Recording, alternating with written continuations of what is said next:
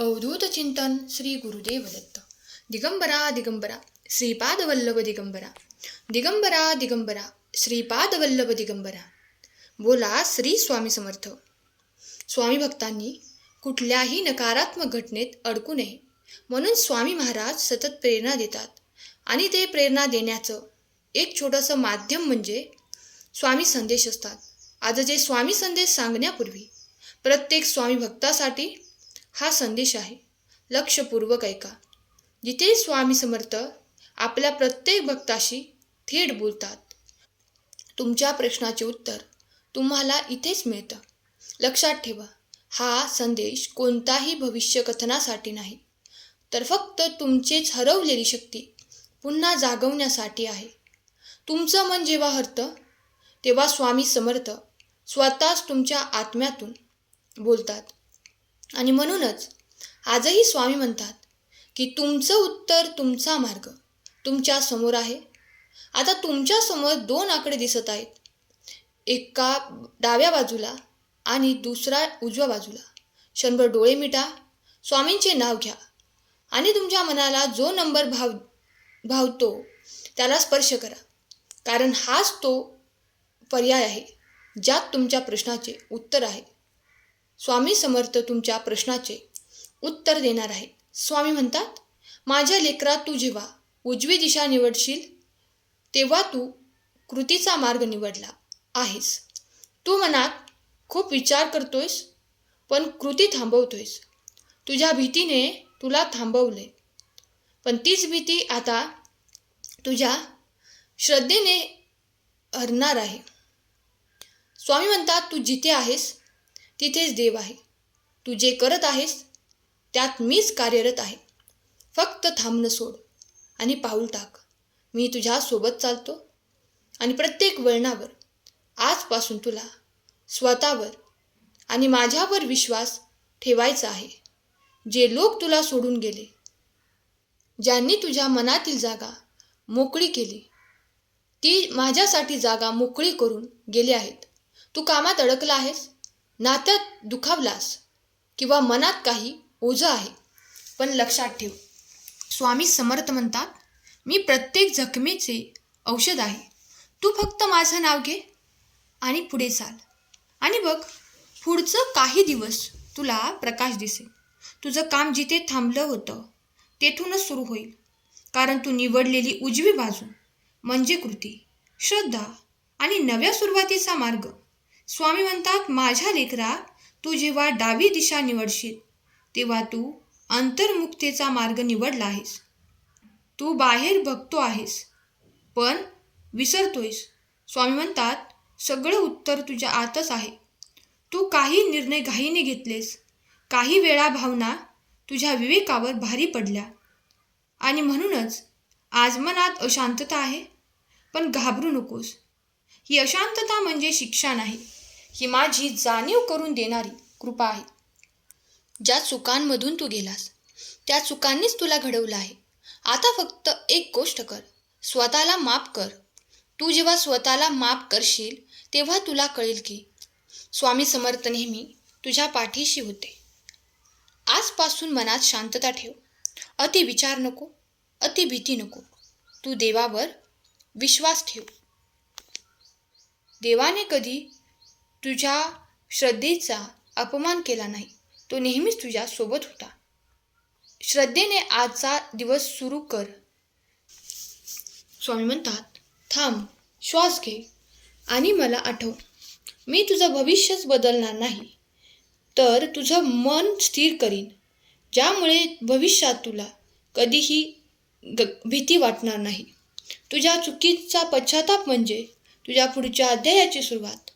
म्हणून उठ, स्वतःकडे बघ आणि माझं नाव घेऊन हास.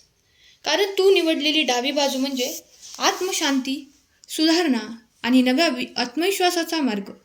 स्वामी म्हणतात, विश्वास हा फक्त शब्द नाही, तोच माझ्याशी तुझं नातं आहे, ते अधिक घट्ट करतो. तू जो नंबर निवडला आहे, डावा किंवा उजवा, त्याने काही फरक पडत नाही. कारण जो माझ्या नावाने श्रद्धेने ऐकतो त्याच्या जीवनात मी स्वतः चालून येतो. माझ्या लेकरा, तू रोज माझ्याशी बोलतोस पण आज मी तुला बोलतो, थांब, घाबरू नकोस. तुझं मन जसं माझ्या चरणाशी जोडतोस तसं तुझं आयुष्यही प्रकाशमान होईल. तू म्हणतोयस, स्वामी माझे काम होत नाही. मी म्हणतो, अजून वेळ गेलेली नाही. तू म्हणतोस, लोक मला समजत नाहीत. मी म्हणतो, मी समजतो. तू म्हणतोस, माझा देव माझं ऐकत नाही. मी म्हणतो, तू थोडं शांत बस, माझं ऐक. लेकरा, तू जर माझं ऐकलं तर, खरं प्रेम माझ्यावर ठेवलं तर, माझी कृपा कधीही उशिरा येणार नाही. हे फक्त योग्य क्षणाची वाट पाहत असते. एकदा का एका माझ्या भक्ताने माझ्या चरणाशी डोके ठेवले की मी त्याच्यासोबत शेवटपर्यंत असतो. एकदा एका भक्ताने विचारलं, स्वामी, मी रोज तुझे नाव घेतो, पण माझं काम होत नाही. मी त्याला विचारलं, तू रोज श्वास घेतो का? तो म्हणाला, हो. मग मी म्हणालो, एक श्वास थांबवून दाखव. तो गप्प झाला. मी म्हणालो, जसा श्वास तुझ्या जीवनाचा आधार आहे, तसाच विश्वास माझ्या कृपेचा आधार आहे. श्वासावर शंका घेतलीस तर जीव जाईल, आणि विश्वासावर शंका घेतलीस तो कृपा हरवेल. लक्षात ठेव. देवावर विश्वास ठेवणे म्हणजे सगळे लगेच मिळणार नाही, पण जे मिळणार ते निश्चित. तू माझ्यावर श्रद्धा ठेवलीस तर मी तुझ्या नशिबातलं काळं पाणीही सोनं बनवून देईन. फक्त मन डगमगू देऊ नकोस. ज्याचं मन माझ्यावर स्थिर होतं त्याचं जीवनही स्थिर होतं. ज्याला जगात कोणी नाही वाटतं त्याच्या बाजूला मी उभा असतो. स्वामी म्हणतात, मी भक्ताचा विश्वास तपासतो, पण तो कधी तोडत नाही. कितीही संकट येऊ दे, कितीही अंधार पसरू दे, पण ज्याने माझं नाव घेतलं त्याचं रक्षण मी करतो. लक्षात ठेव, देवाला पाहायला डोळे नकोत, फक्त विश्वास पाहिजे, कारण विश्वासातच दर्शन आहे. एकदा एका स्त्री भक्तिनीने मला विचारलं, स्वामी, मी रोज तुझी प्रार्थना करते, पण माझ्या स्वप्नात सुद्धा तू येत नाहीस. मी तिच्या डोळ्यात पाहून म्हटलं, मी दररोज तुझ्या स्वप्नात येतो, पण तू दिवसात इतकी व्यस्त असते की माझी सावली ओळखत नाहीस. माझ्या लेकरा, तू जर मनापासून माझं नाव घेतलं तर तुला माझी उपस्थिती प्रत्यक्ष जाणवेल. कधी मित्राच्या रूपात, कधी आईच्या स्वरूपात, कधी नशिबाच्या वळणावर, आणि कधी अश्रूंच्या थेंबातही मीच असेल. आणि म्हणूनच सांगतो, तू कोणताही नंबर निवडला असलास तरी माझ्याच पायाशी आलास. डावा असो किंवा उजवा, माझा आशीर्वाद तुझ्यावर सारखाच आहे. आजपासून एक गोष्ट मनात ठेवा, जेव्हा अडचण येईल तेव्हा मी काय करू असं विचारू नका. त्याऐवजी स्वामी तुमचा काय संकेत आहे असं विचारा. उत्तर मिळेल, कारण मी उत्तर देतो. तुमचं जीवन माझ्या कृपेने चालतं. तुम्ही फक्त तुमचा विश्वास टिकवा. मी सर्व मार्ग उजळून टाकेल. मग स्वामी तुमच्या सोबतच आहेत याची तुम्हाला खात्री आहे ना? असेल तर खरा स्वामी भक्त टाईप करा.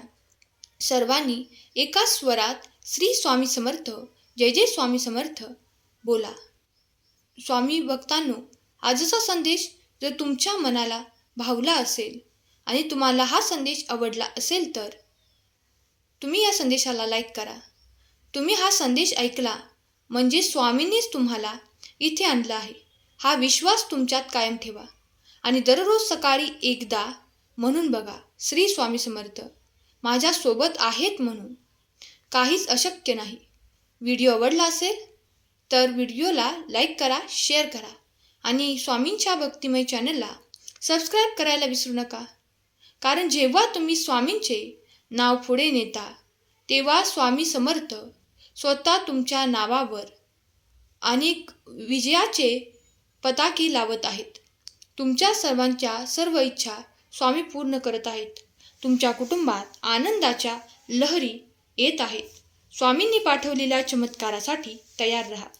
आजचा संदेश शेवटपर्यंत ऐकल्याबद्दल धन्यवाद. केलेली सेवा स्वामी माऊली चरणी अर्पण करते. श्री स्वामी समर्थ. जय जय स्वामी समर्थ.